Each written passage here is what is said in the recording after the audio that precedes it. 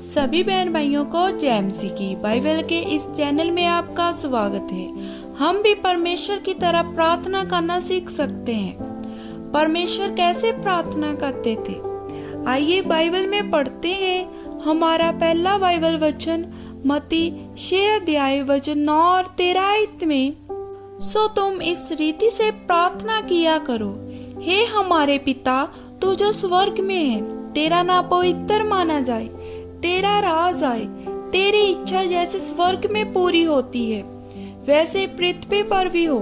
हमारे दिन भर की रोटी आज हमें दे, और जिस प्रकार हमने अपने अपराधियों को क्षमा किया है वैसे ही तू भी हमारे अपराधों को क्षमा कर, और हमें परीक्षा में न ला परंतु बुराई से बचा, क्योंकि राज और परिक्रमा और महिमा सदा तेरी ही है।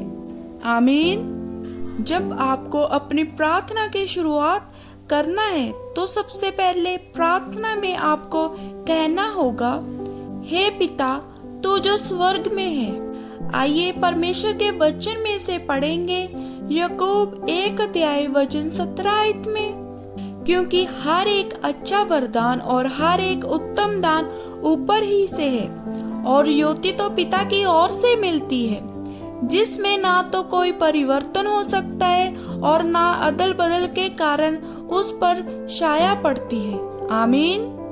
अगर आपको परमेश्वर से वरदान और उत्तम आशीष चाहिए तो आपको प्रभु यीशु मसीह के नाम से मांगना होगा, क्योंकि परमेश्वर के वचन में पहला तिमोथियुस 2 अध्याय वचन 5 में, क्योंकि परमेश्वर एक ही है और परमेश्वर और मनुष्यों के बीच में भी एक ही विचकाई है, अर्थात मसीह यीशु जो मनुष्य है। आमीन। अगर आपको परमेश्वर में आशीष प्राप्त करना है, केवल प्रभु यीशु मसीह ही एक मात्र मार्ग है जिसके द्वारा आप आशीषों को प्राप्त कर सकते हैं। इसके बाद आपको प्रार्थना करना है, तेरा राज आए, तेरी इच्छा जैसे स्वर्ग में पूरी होती है वैसे पृथ्वी पर भी हो। आइए परमेश्वर के वचन में हम पढ़ेंगे मरकुस 1 अध्याय वचन 14 और 15 में, यूहन्ना के पकड़ाए जाने के बाद यीशु ने गलील में आकर परमेश्वर के राज का सुसमाचार प्रचार किया और कहा, समय पूरा हुआ है और परमेश्वर का राज निकट आ गया है। मन फिराओ और सुसमाचार पर विश्वास करो। आमीन। आपको प्रार्थना करना है कि जैसे परमेश्वर का राज स्वर्ग में स्थिर है वैसे पृथ्वी पर भी हो, और जिन लोगों तक परमेश्वर का वचन नहीं पहुंचा है उन लोगों तक भी परमेश्वर का वचन पहुंचे, वे परमेश्वर के वचन पर विश्वास करें। इसके बाद हमें प्रार्थना करना, हमारे दिन भर की रोटी आज हमें दे।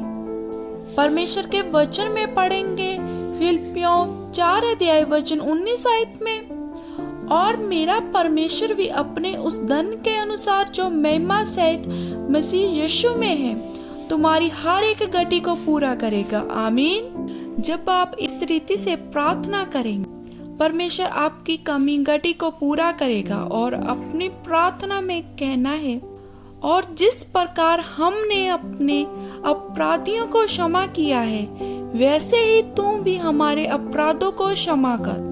आइए परमेश्वर के वचन में पढ़ेंगे रोमियो 6 अध्याय वचन 23 में, क्योंकि पाप की मजदूरी तो मृत्यु है, परंतु परमेश्वर का वरदान हमारे प्रभु यीशु मसीह के में अनंत जीवन है। आमीन। आपको परमेश्वर से अपनी सारी गलतियों के लिए माफी मांगनी होगी ताकि परमेश्वर आपके जीवन में आशीष दे और आपको क्षमा करे।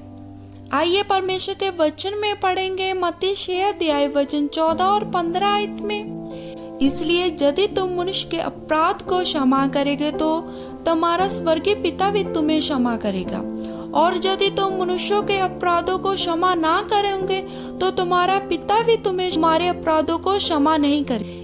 इसलिए आपको अपनी प्रार्थना के द्वारा आपको क्षमा करना होगा ताकि परमेश्वर आपके अपराधों को भी क्षमा।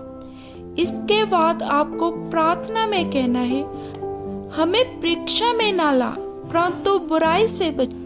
आइए वचन में पढ़ते हैं इफिसियों 4:13 में, जब तक कि हम सबके सब विश्वास और परमेश्वर के पुत्र की पहचान में एक ना हो जाए और एक सिद्ध मनुष्य ना बन जाए और मसीह के पूरे डील डॉल तक ना बढ़ जाए, तब तक आपको प्रार्थना कर परमेश्वर से हर एक परीक्षाओं से और बुराई से परमेश्वर हमें बचा रखे, क्योंकि राज और परिक्रमा और महिमा सदा तेरी ही है। आमीन। परमेश्वर इस वचन के साथ आपको आशीष दे। सभी बहन भाइयों को जय मसीह की।